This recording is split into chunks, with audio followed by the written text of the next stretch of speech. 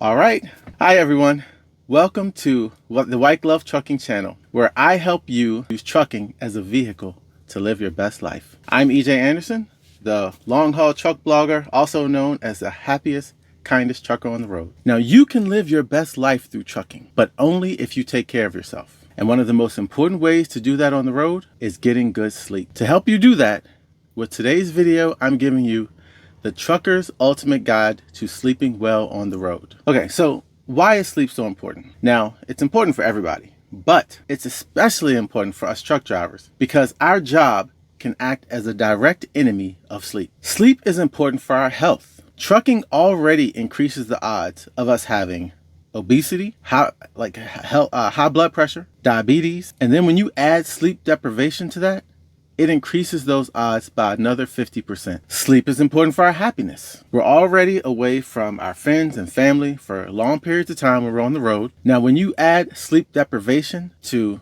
those conditions, it increases the likelihood of depression and anxiety by another 70%. And personally, when I get enough sleep, my drive feels short and I'm just so happy. But when I don't get enough sleep, it's rare, but when I don't, that drive feels so long and I am miserable. Lastly, sleep is important for safety. Fatigue-related crashes cause 13% of all commercial motor vehicle fatalities. All right, now, many people think that just getting poor sleep is just a part of trucking. It's just a part of the job we have to put up with, but it doesn't have to be. Now, it is true that as truck drivers, we can't do what all the experts recommend we're supposed to do to get a great night's sleep, which is go to bed at the same time, wake up at the same time. Still, I'm on the road 95% of the time and I get great sleep.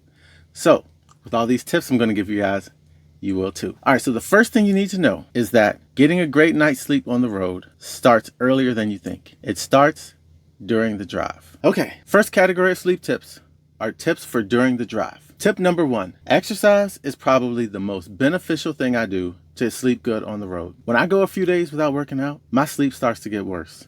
And I'm like, okay, I need to work out just so I can sleep better. Working out and kind of tiring yourself out a little bit makes your sleep deeper and way more rejuvenating. Okay, tip 2, power nap. If you get tired on the road and you need to sleep, take a little nap. Set your alarm for precisely 20 minutes.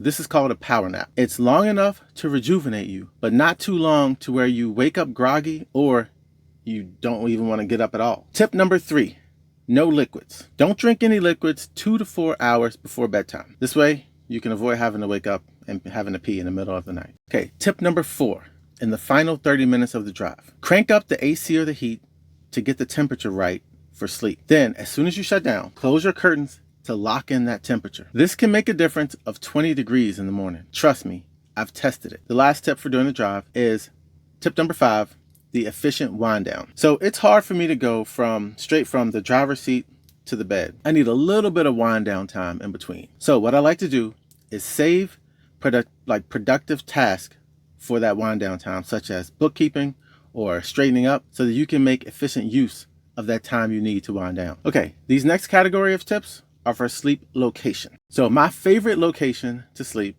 is at a fitness center. So sleep near one of those to wake up, work out, and wash up. My second favorite place to sleep is at the shipper or the receiver. I like to save my drive time by washing up, doing my pre-trip, all while I'm getting unloaded or loaded. The only thing to be careful of is if you want to sleep in a little bit, it might not be a good choice, because when you're on their property and when they come in at like 4:30 in the morning, they may knock on your door to get going, even if your appointment time is for later in the day. Tip number 8, altitude. If you have any type of altitude sensitivity issues, you must trip plan in order to get up the mountain and down the mountain in one day. I got caught once in Idaho Springs, going across the Rockies. I got caught in Idaho Springs and I ran out of hours and I had to sleep up there and I was sick all night. So now I will trip plan so that I can get up the mountain and down the mountain in one day. For example, if I'm in the Rockies, if I'm going west, I will start in Denver. If I'm going east, I'll start in Grand Junction. Tip number 9, you may need to reverse your head position in your bed depending on the external circumstances. For example, if you park on an incline or slope, you might need to do it to keep your head higher than your feet. Number 2, if you are parked near a loud reefer or truck engine, you want to move to the quiet side. Same thing is if you are on a parked near a loud road or busy road where cars are zipping by and loud, you also just want to shift your head position. Tip number 10, put your phone on do not disturb. So you can put your phone on do not disturb or sleep mode so that you aren't disturbed by brokers or dispatchers check-in calls. Tip number 11, exhaust fumes. If you are parked near a truck that's emitting some serious fumes and you're sleeping with that window open, you have to be really careful. One night, I swear I almost died. I woke up because my self-preservation mode kicked in and I totally was getting smoked out in here.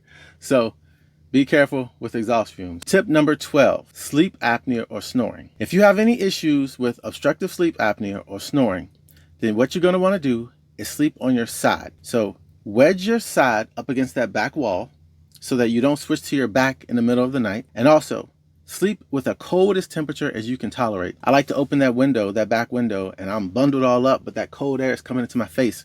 And what that does is it keeps your throat tight. It keeps you from getting flabby, which helps prevent snoring, and it can help prevent sleep apnea. Okay, tip number 13 is my no idle sleep temperature guide. Now, when you're trucking, you can experience a 50-degree temperature between where you wake up and where you go to sleep. So you can use this guide so you will know what to wear to bed, how to prepare for bed, so you won't have to idle except at extreme temperatures. For this system, I recommend 3 types of coverings: a light breathable layer, a blanket or comforter, and a sleeping bag. Okay, so 86 degrees or above, probably idle. I will consider idling. I probably will idle. 85 degrees to 75 degrees, no idle. I just have underwear, and I will use a direct air from a direct fan blowing on me, and that will keep me cool from 85 degrees basically to 75. Here's the fan I use. It's a little bit bigger than your normal, like those little tiny ones you see people have in those little tiny car fans. So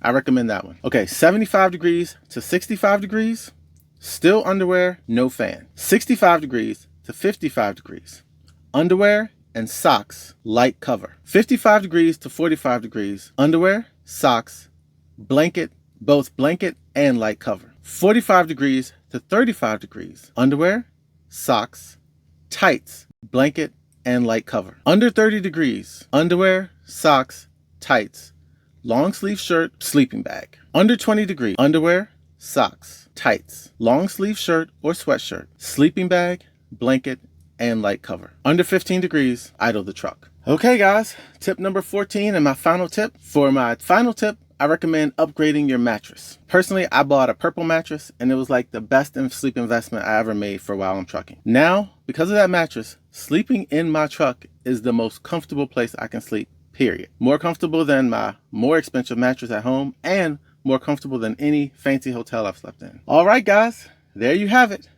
My trucker's ultimate guide to sleeping well on the road. Now, if you'd like a little trucker's tale and bonus tip, you can head over to my blog. I'll put the description down below and you can get 1 extra bonus sleep tip. That's it. I hope this guide helps you get great sleep while on the road.